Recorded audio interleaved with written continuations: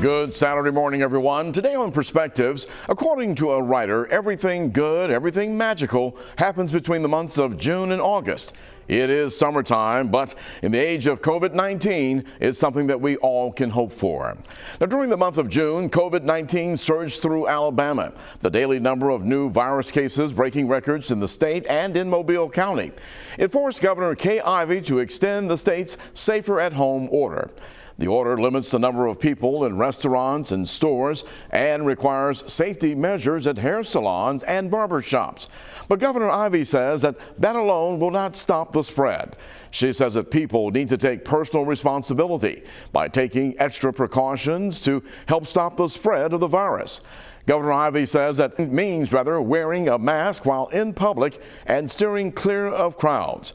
She stopped short of declaring a mask mandate, saying that you shouldn't have to order someone to do what is in your own best interest.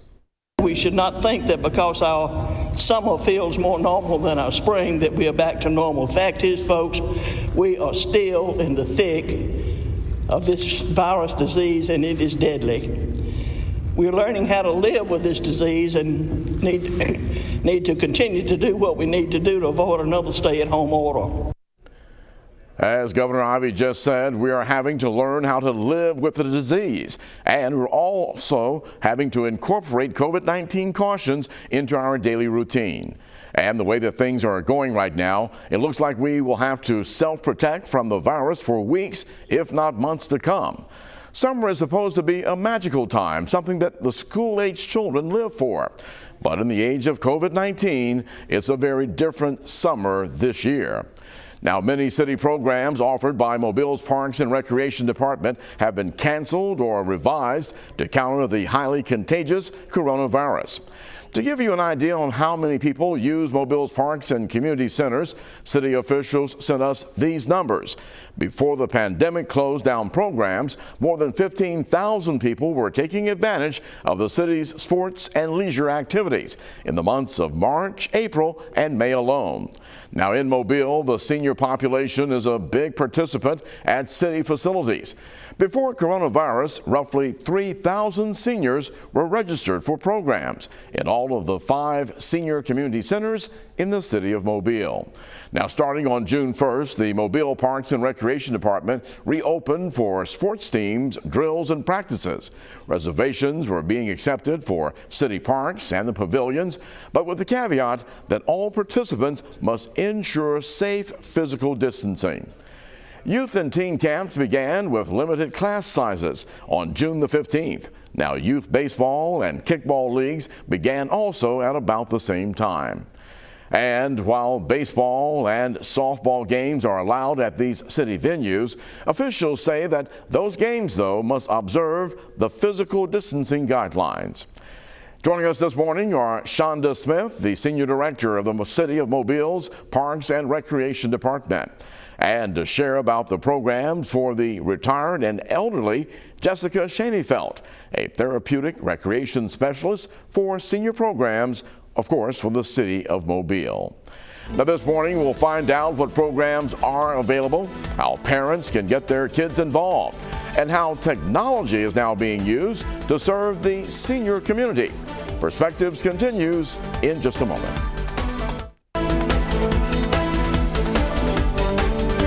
And our guest this morning is Shonda Smith. She is the Senior Director of Parks and Recreation for the City of Mobile. And we thank you so much for being here this morning to talk about some of the changes that COVID-19 has really thrown a wrench into a lot of operations throughout the city. But when you think about we're in the summer now, I'm sure there have been a lot of changes in your department. Give us an idea of how severe this has been when you think about the amount of people affected as well as the amount of programs that you always have planned for the youth during the summer. Definitely. It has been a big shift for us because we are a front-facing servicing department. And so really trying to really shift to have social distancing activities. And so we were planning on having summer camp, which we still are, but we really had to sit back and figure out the activities that we do. How do we screen the participants when they come in? How do we make sure that it's still fun? Because, kids want to come and have fun and get out the house, but they want to make sure it's interactive, because how do you get 6, 7-year-olds to get in and not want to be interactive with each other? And so we spent a lot of time with the staff brainstorming on fun social distancing activities, a lot of arts and craft projects. We made sure that we did personal kits so that kids will have their own pencils, pens, crayons, and things of that such that they will keep personally. And then everything else that we could wipe down and sanitize, we kept in a central location. We wanted to make sure that the kids were in small groups, so the groups are no larger than groups of 12. Wanted to make sure as well that we tried to open up our regular activities. And so we had a booklet of about 90 pages, about 60 pages of programming that we cut down almost to a third of just which activities can be done and being mindful to social distancing. Well, we'll get into that and talk about some of the different things that will be happening despite the COVID-19. When you look at the amount of children affected, I'm sure you're saying now that it will not be the same amount of kids able to take advantage of the opportunities this summer. So what do you think number-wise? Are you going to be cutting it in half or cutting it in third? How many you think will be not able to participate this summer? It's really like a third, where we were planning for our larger centers like Texas Street, Dodge Community Center, Hillsdale, which are very large centers that we can actually accommodate 100 to 150 kids. Now with the new guidelines, we can only take 50 kids in a center based off of 12 people in a space per room, which we're still following. Because they have to be social distance. So when we think about the room size and how many kids we can actually put in that space, and then also trying to manage, because it's hard to have a mask on the entire time. So knowing that with kids, we try to make sure that we're going to be in a social distance space. I mean, it's less people we can have in the building. So we are taking it down to really a third of the numbers that we wanted this year. So when you talk about that group of people, how do the parents get their child into that group that will be able to participate this summer? How is it difficult, or how easy will it work? We get people to rest. Today was supposed to be this week was supposed to be our first week of summer camp. We're having summer camp at about 12 locations, and they can register online on our mprdrecdesk.com. But we have to also get enough students. And so, for example, this week we only had 7 students register, and this was at 6 different sites. And so we really need to get a control group in that location. And so what we did was still open the centers for regular activities, but it wouldn't be summer camp. And so it's really easy to register. It's first come, first serve. It is registered by age group. So it's broken up in ages 5, 6, 7, 8, 9, 10, and 11 and 12-year-olds. And so it's 4 groups. And so once that group is full, we're not taking no more of the age group at that particular location. And so based off of where people live, they can go and register for the location that's closest to them online, or they can come to our offices at 48 North Sage and register and pay there. All right, so that's very important for the parents to be aware of how to get their kids involved. Now, let's talk about the different things that are available. And starting June 15th, you were supposed to start implementing youth baseball and your kickball leagues. Did that happen on the 15th, or is that where we are in this week now? So we spent a lot of time scheduling with individual organizations. And so this week we started, it's an outside kickball league, started their games and practices this week. We have lacrosse that started, and baseball, and a few soccer teams, and they're doing practice and drills and skills of that such during this time. We have not gotten a lot of feedback on the city having a baseball league and a kickball league. So we're still pushing that to see how interested people are. So I think it's the information getting out there, but it's also people interest in being out and participating. So I think there's some hesitancy for most people to get out and participate, which I understand and respect. Right, and of course, we're still going through that, not a definite downward trend yet, because we're still seeing numbers around our area and, of course, the state and the country now of some of the increases in having spikes. Talk about the youth and teen camps and exactly how that will work for social distancing. So we focused the youth during the daytime and then wanted to occupy our space in the evenings for the youth from 4 to 8. Similar structure, wanted to have something that they can come in and utilize the space and get out but not have to be on the street. So we have video game activities, cooking classes, some career skills training. We have some individuals who have volunteered to come in and provide some of those services for them to be able to come into the building and still participate. I think the hardest part is, and we haven't advertised it as much, is that most of our facilities have over this time has gotten brand new basketball gyms inside, new floors, in some cases new bleachers. But we're not allowing basketball because you really can't play basketball doing social distancing. So you could do shoot around and doing some other kind of creative activities versus playing a full-on basketball game. And so it's trying to keep them active. We're doing some rec-to-tech, some technology activities as well to get the teens active. So really trying to do things that they want to do, but also keep them off the street and hopefully engaged in the community centers. Well, we're going to take a break, and when we come back, we're going to bring in one of your directors over the therapeutic recreation programs for seniors to talk about the senior programs that are still being offered, which ones are available, and of course, unfortunately, talk about some of the things that will be closed for this summer session. All right, well, we'll talk more with Shonda Smith as well as our next guest here on Perspectives.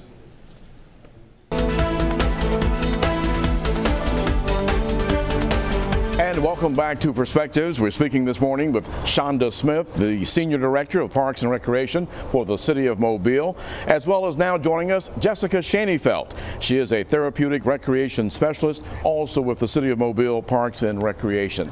Ladies, thanks again, of course, for being a part of the discussion this morning. Now, Shonda, you have shared with us a lot of the changes that you've made, now only able to serve about a third of the teen and youth that you had planned on serving every summer that you do in the City of Mobile, but also we hadn't talked yet about the seniors. And I'll never forget going to one of the senior centers and seeing all of the seniors there having a great time and socializing and enjoying some of the games that you all have available for them. How has this COVID-19 pandemic affected your senior program? I believe the seniors have been the most devastated in this process. We have a lot of seniors that are at home alone, and the aging population, this is their way to socialize. And so we have a new therapeutic rec specialist who's been with us not even, I think it's barely 6 months, Ms. Jessica Shaneyfelt, and she's brought in some wonderful, engaging virtual programming that we have not had or have not done in the past. And I want Jessica to talk about what she's been doing and how she's still been engaging the seniors. Jessica. Thank you. So yes, the senior population has been hit extremely hard with this pandemic, especially with the senior centers closing. You know, the senior center is one of the most important resources for our aging community. And if you think about it, a lot of our members are retired. Their families have moved out, their children are working, so they don't get that everyday socialization that you or I get. So that's really a big part of where the senior centers come in. This is their place place where they can establish new friendships, learn new skills, new hobbies, as well as engage in exercises that can keep them active and independent and living a healthy lifestyle in their home for a longer period of time. So our big concern when our senior center closed was, how are we going to address these issues?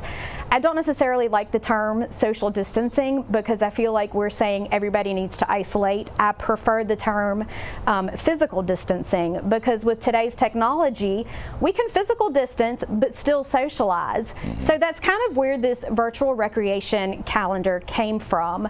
So every week, the center managers and I get together and we make a virtual recreation calendar, and every day is a different theme. So we're trying to meet all of the needs of our seniors and all of their interests.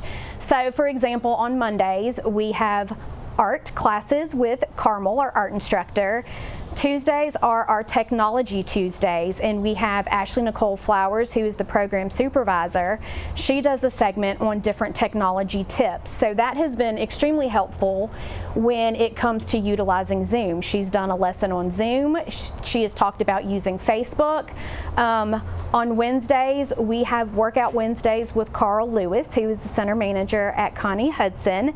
So he's doing exercises that our seniors can do at home, again, to keep them active and mobile and work on their range of motion. On Thursdays, we have cooking classes with Mary. And then Fridays, we are doing Virtual Trip Fridays. So we have traveled all over the world virtually. We also are doing some interactive programs via Zoom. Zoom has been, I think, my best friend during this whole thing. So we are doing a virtual Zoom bingo on Tuesdays and Thursdays. And then on Fridays, we are also doing a virtual coffee group. So any of our members can get on Zoom at 9 a.m. on Friday mornings and have a virtual cup of coffee with the Senior Center crew. So those are some of the ways that we're really trying to reach out to our seniors. It seems very engaging and interactive. Now, Jessica, how have you all made the technology able for the seniors to connect, for those who may not have been familiar with Zoom and all these other things that even we're learning how to do? Yes, it's been a learning curve for all of us. But you know, we send out the emails every week, and we have tried to make it as easy as possible. So on the emails, it is just clicking a link to access the videos. So a lot of our videos are uploaded onto YouTube. So when they get the email or when they go onto our Facebook pages, it is literally just a mouse click and it'll automatically take you to these videos. And it's the same thing with Zoom. It is a click and it will take you to our Zoom meeting. That's very good. Yes. Now, you didn't mention three things that I saw them doing a lot of when I visited one of the centers, and that was dominoes, cards, and checkers. Yes. Anything for that for them? Unfortunately, we haven't figured that one out yet. We are working on that. But, you know, we also realize that not all of our seniors are internet savvy, and they may not even have internet. So we are trying to find other ways to reach out to those seniors. So during the month of June, Carl Lewis and myself have spent a great deal of the time planning drive-in socials for our seniors, where they just get in the car and drive up to the center. We have our gloves on, our masks on, and we will have something for them. And it's just a way for us to say hello. We are still thinking about you. We miss you. At the end of May, I work for the Parkway Senior Center, so me and several of the crew got on a bus and we made poster boards that had all sorts of signs on them, and we drove by our seniors' houses, honked our horns, waved. Oh, I like that. So we are trying to do things virtually, but as well in person while still distancing. When we look at what's ahead, of course, we're all trying to figure this thing out. Shonda, do you see some things coming back into focus before the summer months are over, or we're still in that limbo stage of planning for the worst, I guess you could say? We're still very much in the limbo stage. As we spoke about earlier, with the cases still going up and still not fully understanding and making sure that COVID is not being spread, and so still wanting to be conscious of that, it is hard to determine that. A lot of what our movement is on is waiting for direction from the state. So as we get more guidance from them, then we slowly start to open up activities and programming to engage the community. But it is a very hard thing, because it's like a hurry up and wait. Yes. You want to be ready, but then you don't want to do too much too fast and have to pull back. It's always a fear, for a breakout to happen somewhere. And I know very much so that the senior population are very, very anxious, but that is a population that, everyone is most concerned with. And so it's trying to be mindful and be respectful, but also be conscious of everyone and being concerned with everyone's safety. So it's a hard place to be. So it's trying to make sure that we try to take all of that into consideration. We thank both of you all for sharing this information today. So hopefully we're informing a large segment of your audience who are using, and your clients who are using your services. Run down very quickly for us, Shonda and Jessica, the things that are closed and will be closed for the remaining of this 2020 summer session. So for the bigger part of it, the only thing that is actually closed right now are senior centers. As of this week, community centers are open on a limited basis and based off of programming only. So where we've had people come in and hang out, we're not encouraging that. We're really trying to push people to come in and use and participate in a program so that we can kind of have control over that. Our parks are completely open. Our fields are back open. Tennis is open. Golf is open. And so really only thing that is not completely open is our senior programming. We did not open pools this year.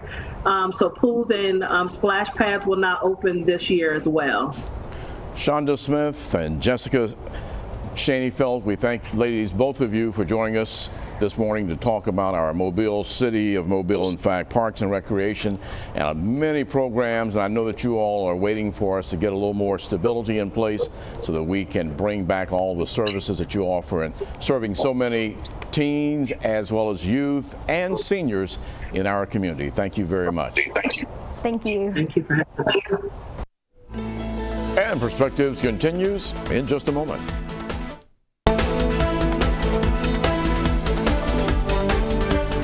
And welcome back to Perspectives. Mayor Sandy Stimpson had this to say about summer camp and summer programs in the city of Mobile. Summer camp offers great opportunities for the children of Mobile to learn, grow, and have fun.